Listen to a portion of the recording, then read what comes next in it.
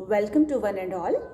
आज की इस वीडियो में हम बात करेंगे अशिक्षा को दूर करने के उपायों के बारे में और अशिक्षा को दूर करने की आवश्यकता के बारे में। इससे पहले वाले वीडियो में हम अशिक्षा क्या है, उसके क्या क्या कारण हैं और उसके क्या क्या दुष्परिणाम हैं, इस विषय पर चर्चा कर चुके हैं। चलिए शुरू करते हैं आज का वीडियो। देश में अशिक्षा को दूर करने एवं शिक्षा को प्रोत्साहन देने की आवश्यकता के संदर्भ में जब हम बात करते हैं तो ये तथ्य उभर कर सामने आता है कि विभिन्न सामाजिक समस्याओं से मुक्ति पाने के लिए आवश्यक है कि लोग शिक्षित हों ताकि वे उचित और अनुचित को समझें और ऐसे कार्य ना करें जो समाज में विघटन एवं समस्याएं पैदा करते हों। शिक्षित व्यक्ति सामाजिक बुराइयों को जड़ से उखाड़ फेंकने में भी सक्षम होते हैं। इसीलिए शिक्षा को बढ़ाने और अशिक्षा को दूर करने की आवश्यकता है कि शिक्षा प्राप्त करने के पश्चात व्यक्ति के आत्मसम्मान में वृद्धि होती है।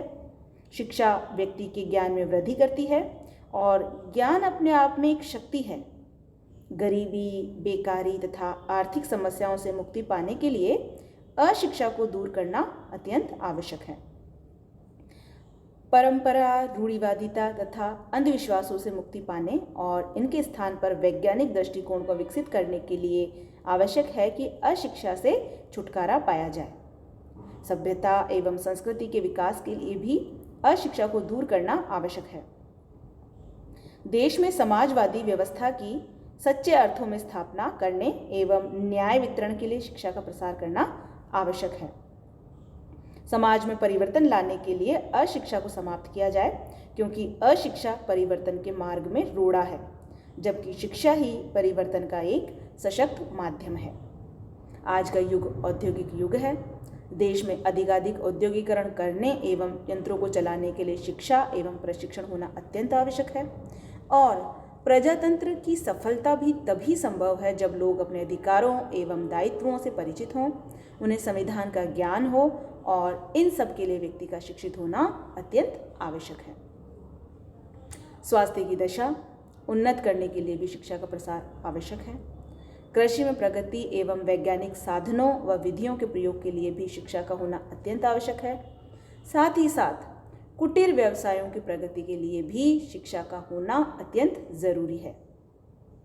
तो इन सारी आवश्यकताओं के मद्देनजर यह आवश्यक है कि अशिक्षा को दूर कर शिक्षा का स्तर बढ़ाया जाए, लोगों को शिक्षित किया जाए ताकि वे अपनी समस्याओं का समाधान खुद प्राप्त कर सकें। अब सबसे ज़्यादा महत्वपूर्ण तथ्य यह है कि इस अशिक्षा की स्थिति को दूर कैसे किया जाए।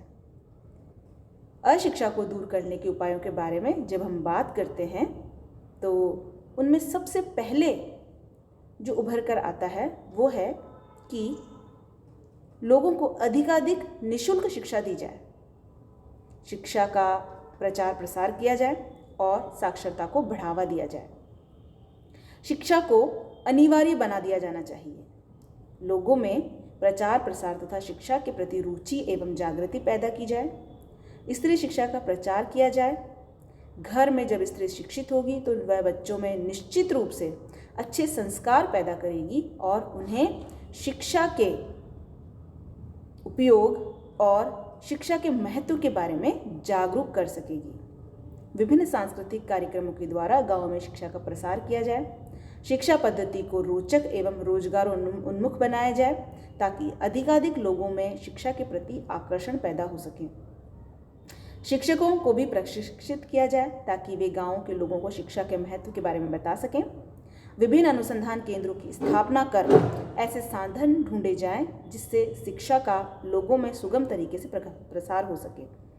शिक्षा के पाठ्यक्रम में सुधार किया जाए और पाठ्यक्रम ऐसा हो जो व्यक्ति को जीवन के लिए तैयार कर सके, न कि शिक्षा प्राप्त करने के बाद भी वह अपने आप को जीवन में कुछ करने में असमर्थ पाए। बेहतर साहित्य का निर्माण किया जाए।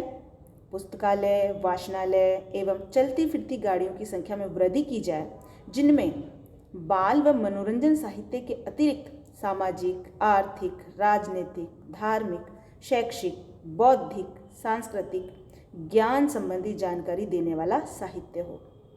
देश विदेश के समाचारों से अवगत कराने के लिए पत्र पत्रिकाओं की भी व्यवस्था की जानी चाहिए। रेडियो एवं टेलीविज़न कार्यक्रमों के द्वारा मनोरंजन के साथ साथ शिक्षा प्रसार का कार्य भी किया जाए। सिनेमा के द्वारा भी अनेक प्रकार की जानकारी प्रदान की जा सकती है।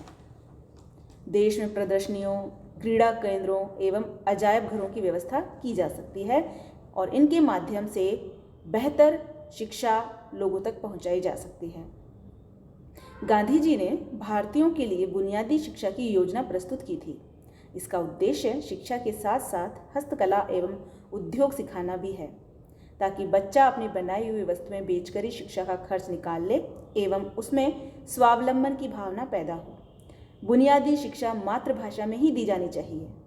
इस प्रकार से बुनियादी शिक्षा बच्चों को देश के आदर्श नागरिक बनाने पर जोर देती है। इसमें आधुनिक परीक्षा पद्धति का बहिष्कार किया गया है। यह शिक्षकों के चरित्र एवं व्यक्तित्व पर विशेष जोर देती है और यह मानती है कि बुनियादी शिक्षा निरंतर बढ़नी चाहिए। शिक्षा के अधिकाधिक प्रसार के लिए आवश्यक है कि प्रौढ़ शिक्षा का प्रसार किया जाए, क्योंकि राष्ट्रीय शिक्षा में प्रत्येक भारतीय को बराबर का हिस्सा मिलना चाहिए। प्रजातंत्र को सफल बनाने के लिए प्रत्येक व्यक्तित्व में नेतृत्व के गुणों का विकास करना आवश्यक है। अतः उन प्रौढ़ों को जो निरक्षर हैं शिक्षा देनी होगी। प्रौढ़ शिक्षा के अंतर्गत साक्षरता, स्वास्थ्य एवं सफाई के नियमों का ज्ञान, आर्थिक स्थिति में सुधार हेतु प्रशिक्षण, अधिकारों एवं कर्तव्यों का ज्ञान, स्वस्थ मनोरंजन, बदली परिस्थितियों से सामंजस्य करने की क्षमता का विकास, व्यक्तित्व का विकास आदि पक्षों को सम्मिलित किया जाना चाहिए।